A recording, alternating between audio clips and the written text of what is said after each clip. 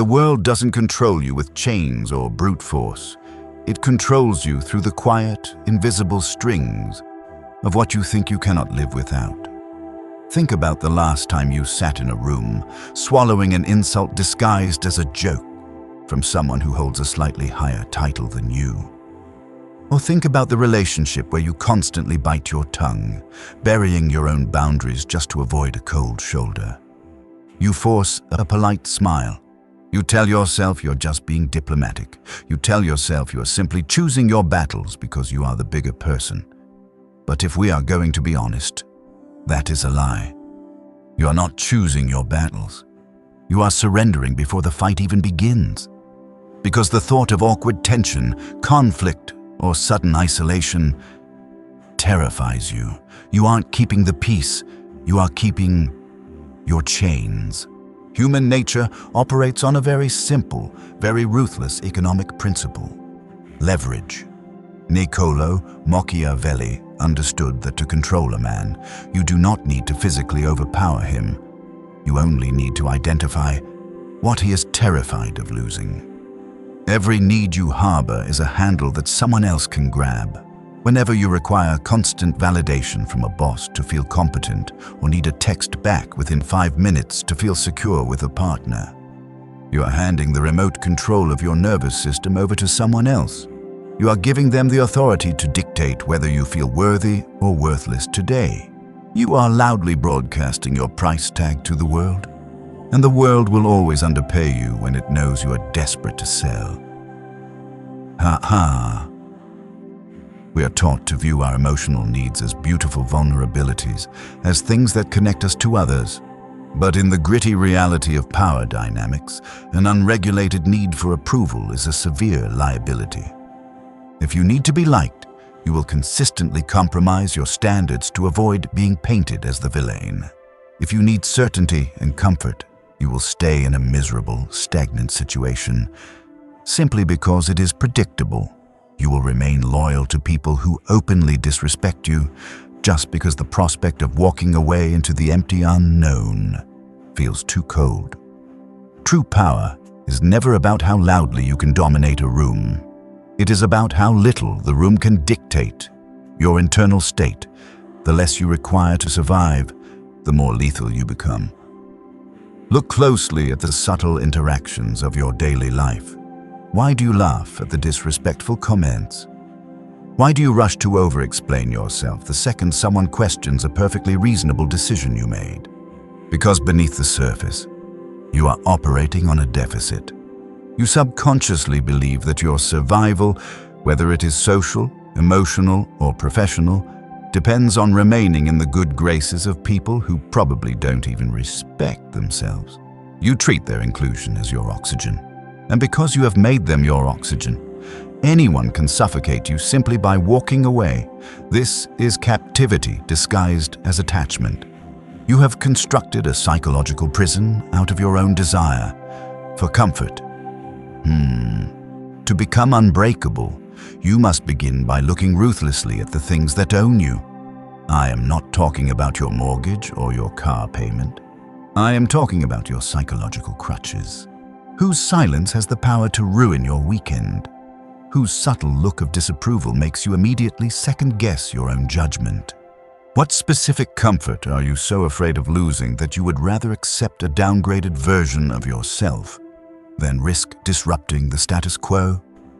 As long as these external forces can dictate your internal weather, you are a pawn in their game. You are playing a losing hand because you care far too much about just being allowed to stay at the table. But to sever this invisible leash, you first have to understand the specific, quiet ways your own fear is betraying you before you even open your mouth. Before you even open your mouth, your internal calculus of fear has already decided the outcome of the interaction. Picture this scenario. You are driving to work or staring at your ceiling at 2 a.m, meticulously scripting out a conversation in your head. Someone has crossed a line, and you have finally decided to put your foot down. You rehearse the perfect, firm sentences. You imagine yourself standing tall, setting a cold, non-negotiable boundary. But then the moment actually arrives. You stand in front of that disrespectful colleague, or you sit across from that dismissive partner, and your throat tightens. The rehearsed script vanishes. Instead of delivering cold truth, you soften your tone. You pad your sentences with qualifiers. You say things like, "I just feel like maybe," and you end up apologizing for bringing it up at all. You fold, exchanging your dignity for temporary relief. In that moment, you tell yourself you're just being diplomatic. You convince yourself that preserving the relationship or keeping the workplace harmony is the mature, strategic choice. But strip away the ego protection, and the reality is far more pathetic. You are not negotiating with the person standing in front of you. You are negotiating with shadows. You are bargaining with a phantom worst-case scenario that your own mind invented. Your brain magnified the possibility of a confrontation into a catastrophic threat of rejection, unemployment, or isolation. You surrendered your authority to a consequence that did not even exist yet. You allowed the mere anticipation of discomfort to completely override your self-respect. Fear is not merely a private, internal feeling that you can successfully hide behind a polite mask. It is an observable, physical behavior, and human beings are incredibly adept at reading it. When you are operating from a place of fear, your body leaks your vulnerability. You shrink your physical footprint to take up less space. You rush to fill uncomfortable silences with nervous laughter or unnecessary chatter. You break eye contact a fraction of a second too early. You laugh at insults that are disguised as friendly banter. These micro-behaviors are the coordinates you hand to the people around you, showing them exactly where your armor is weak. Manipulators and opportunistic people do not usually launch a full-scale attack right away. They test the perimeter. They drop a subtle, condescending remark in a team meeting. They cancel plans at the last minute without a real apology. They are watching your reaction. When you respond with that nervous laugh, or when you quickly say that it is fine, you're silently begging them not to push you further. To a Machiavellian player, this is not a sign of your kindness. It is an open invitation to exploit you. Machiavelli understood that men are ruled far more effectively by the threat of pain than by pain itself. When you avoid necessary friction, you are teaching your mind that you are incapable of surviving it, and you are teaching your rivals that you can be easily intimidated by a mere shift in their tone. You build a habit of retreating.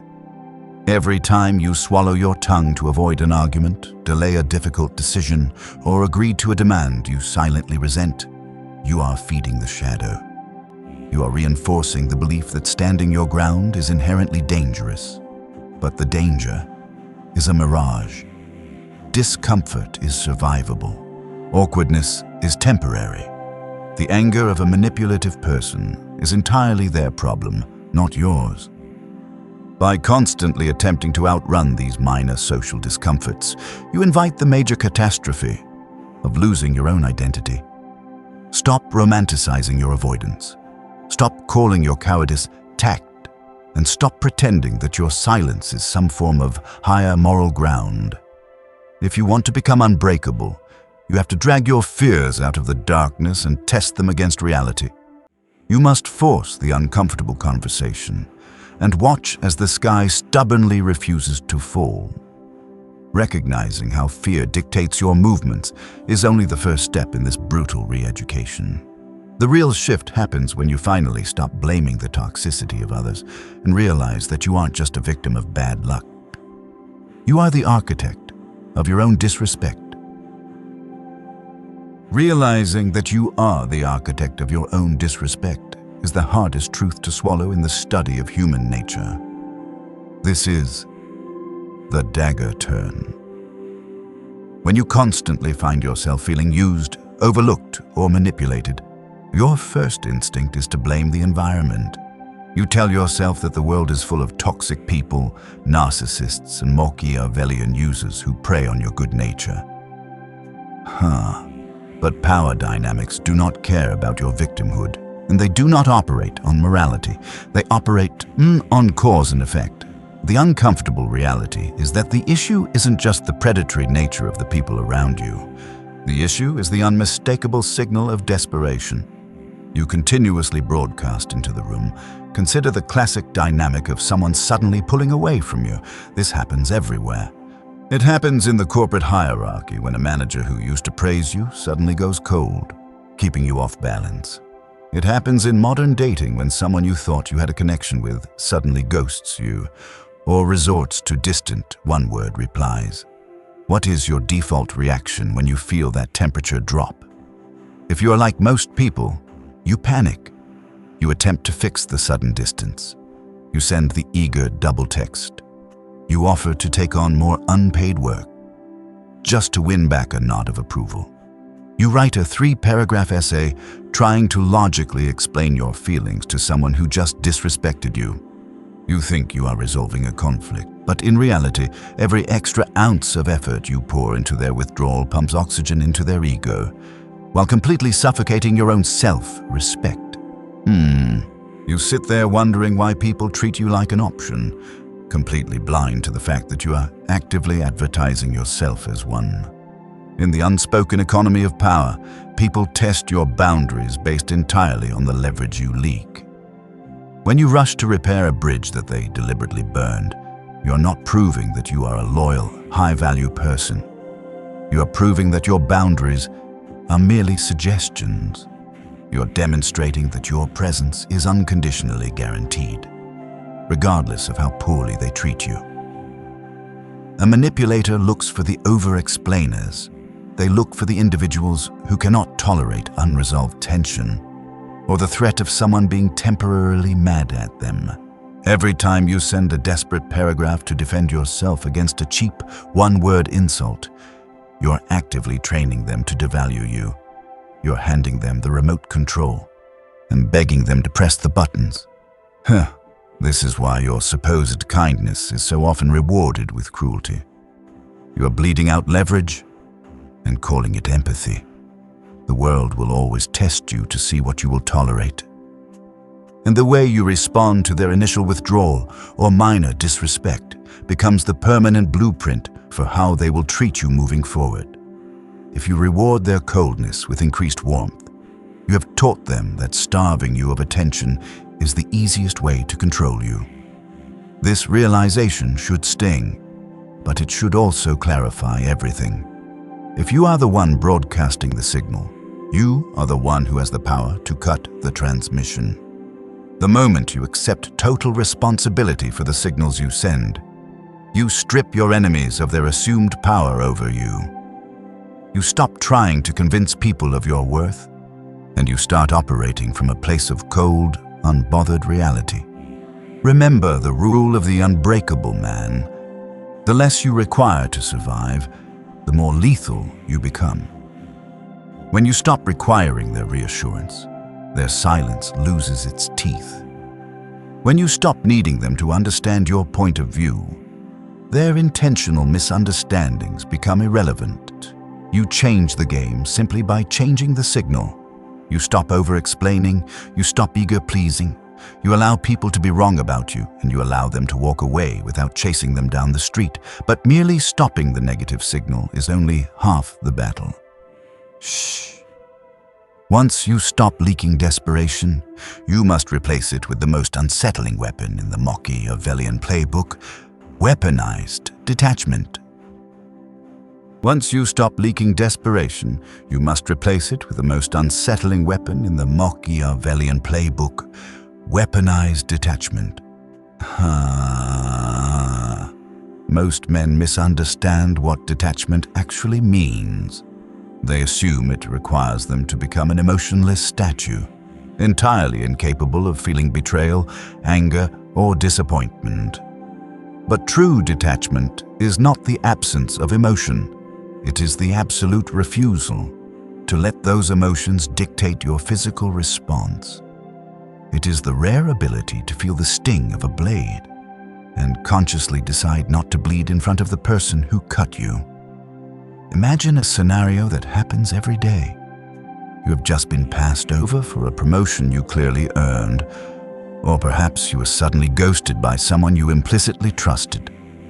The fragile man's immediate impulse is to react loudly. He drafts a furious email, schedules a meeting to demand an explanation, or fires off a text asking what he did wrong. He wants justice. He desperately wants to make them see his value, or at the very least, acknowledge his pain. But look at what that reaction actually accomplishes. It tells the other party that their action successfully destabilized you. It hands them the ultimate validation, concrete proof that they hold significant power over your emotional state. Instead of demanding an explanation, imagine the devastating effect of offering them absolute, heavy silence. You withdraw your presence entirely, drop the rope, and let them sit in the uncomfortable void of your absence. Silence is a mirror, and most people are terrified of their own reflection.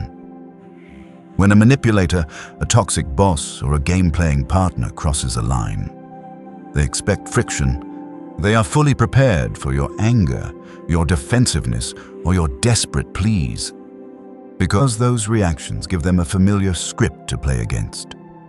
Your anger allows them to call you irrational. Your begging allows them to feel superior. But heavy, unbothered silence, that shatters their script. It starves their ego of the friction it desperately craves. When you go completely quiet, you flip the power dynamic instantly. They are left in the dark, wondering what you know, what you are planning, and whether their move actually worked at all. You turn their anticipated victory into a breeding ground for their own paranoia. While they are squirming in the silence you created, you are busy collecting data. The unbreakable man uses detachment to turn pain into cold, usable intelligence. When someone betrays you, you do not ask why this is happening to you. You ask, what does this behavior expose? And how can I use it? A sudden betrayal reveals their true character. A sudden withdrawal of affection reveals how fragile their loyalty always was. You step back and observe what people do when they think they have won. You gather this intelligence without interrupting them with your emotional outbursts. You remember the core truth. The less you require to survive, the more lethal you become. You do not require their apology to move on. You do not require their manufactured closure. You generate your own closure by observing the undeniable reality of their actions and permanently adjusting your strategy. Oh, there is a profound, cold thrill in realizing that your greatest counterattack is doing absolutely nothing. You deny them the spectacle of your suffering. You protect your next move because you haven't telegraphed your intentions through a fit of rage. You become a black hole to their provocations, absorbing the hit but letting no information escape. By refusing to engage in their drama, you preserve your energy, your dignity, and your tactical advantage. You let them believe they have won the battle, completely unaware that your silence has already removed them from the game entirely. But while strategic silence is a brilliant and necessary shield, it is ultimately only a defensive maneuver. To truly become untouchable, your silence must be backed by a relentless capacity that outlasts everyone else's enthusiasm. Your silence protects your strategy, but to truly become untouchable, your silence must be backed by a relentless capacity that simply outlasts everyone else's enthusiasm. Power does not always belong to the loudest, most charismatic, or most naturally talented man in the room. In the long run, those traits are cheap. True power belongs to the man who can tolerate the unglamorous grind longer than anyone else. Think about the charismatic rival in your workplace, or the loud, highly motivated acquaintance in your social circle. Watch how they operate. They explode out of the gate. They announce their grand plans. They capture the immediate attention of the room. And for the first few weeks, they look absolutely unstoppable. But watch what happens when the initial excitement fades. Watch what happens when the applause stops, when the immediate results do not materialize, and when the daily work becomes painfully repetitive. Because their drive is fueled entirely by external validation and fleeting motivation. They begin to negotiate with their standards. They complain, they cut corners, they start looking for shortcuts, and eventually they burn out entirely. They require constant oxygen from the crowd to keep their fire burning. Everyone wants to look powerful in the opening act. It is easy to appear dominant when the stakes are new, the energy is high, and the audience is watching. But true Machiavellian dominance is forged in the middle game. It is built in the boring, uncelebrated, and silent stretches of time, where nobody is watching and nobody cares. Impatience is the ultimate undoing of weak men. They are addicted to the sugar rush of immediate recognition. When that proof of progress disappears, they disappear right along with it. You, on the other hand, must learn to operate on a completely different fuel source. You must build your foundation strictly on daily discipline, rather than the unreliable spike of emotional enthusiasm. Outlasting your opponents is not a passive waiting game where you just sit around hoping they fail. It is the application of controlled, unrelenting pressure. It is waking up and executing your purpose, when every single part of your mind is demanding comfort and offering you perfectly logical excuses to quit. While your rivals are busy wasting their energy trying to manufacture hype and project an image of success, you are quietly accumulating undeniable competence. You do not need to defeat them in one dramatic, cinematic confrontation. You simply need to stay in the game after they become tired, emotional, and bored. Every day you remain disciplined, someone else gives up. Every day you protect your focus, a rival becomes distracted by petty workplace drama or cheap digital dopamine. Distance in any hierarchy is not created through one heroic public act. It is created through hundreds of private, uncelebrated decisions to keep moving when the average man decides he has done enough for today. Oh, this is where your lack of dependencies becomes your greatest offensive weapon. Because you do not need the boss to constantly pat you on the back. You keep working. Because you do not need your peers to validate your ambition. You maintain your relentless pace. You let the noisy men exhaust themselves fighting for the spotlight. Let them burn their resources trying to look important. The man who can remain focused while others become distracted eventually passes them without even announcing his arrival. You create an aura of inevitability. People begin to respect you and even fear you, not because you are aggressive, but because you simply refuse to stop. You become a fixed law of nature in their eyes. You watch them fade in your rearview mirror, not with arrogance, but with the cold, unshakable satisfaction of a strategist who knew the math was always in his favor.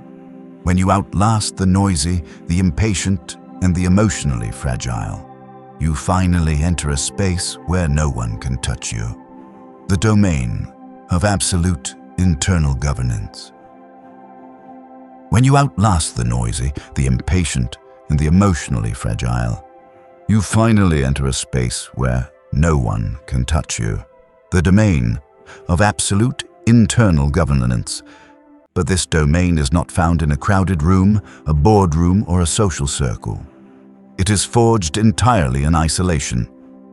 Imagine sitting alone in an empty room on a Friday night. There is no phone in your hand.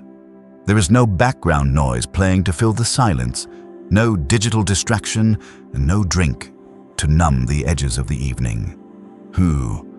For the average man, this scenario is a waking nightmare. He will instinctively reach for a screen, a notification, or a meaningless conversation, just to escape the deafening quiet of his own thoughts. He treats the absence of other people as a void to be feared, interpreting silence as a punishment for not being important enough to be included. But the unbreakable man sees this empty room for what it actually is, a sanctuary of absolute clarity. Solitude is not a penalty. It is the highest form of strategic training. It is the only environment where you can accurately measure what actually belongs to you and what has been quietly inserted into your mind by the demands of the world. When you are constantly surrounded by the noise of modern life, the expectations of your employer, the emotional fluctuations of a partner, the manufactured drama of your peers, your energy is continuously fragmented. You hand your focus over to people who have absolutely no purpose of their own.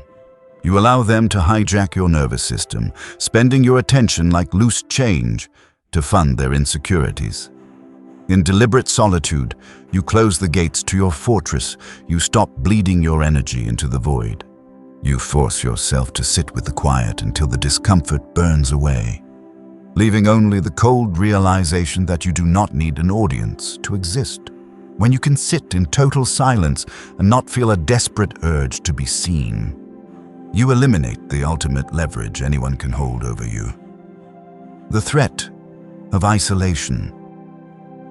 The vast majority of men stay in toxic relationships, endure disrespectful friendships, and remain in dead-end jobs, simply because they are terrified of being alone. They tolerate repeated disrespect because they believe the alternative is a crushing, unbearable emptiness. But once you train yourself to not just survive solitude, but to thrive in it, you strip the world of its favorite bargaining chip. You stop clinging to people who treat you like an option.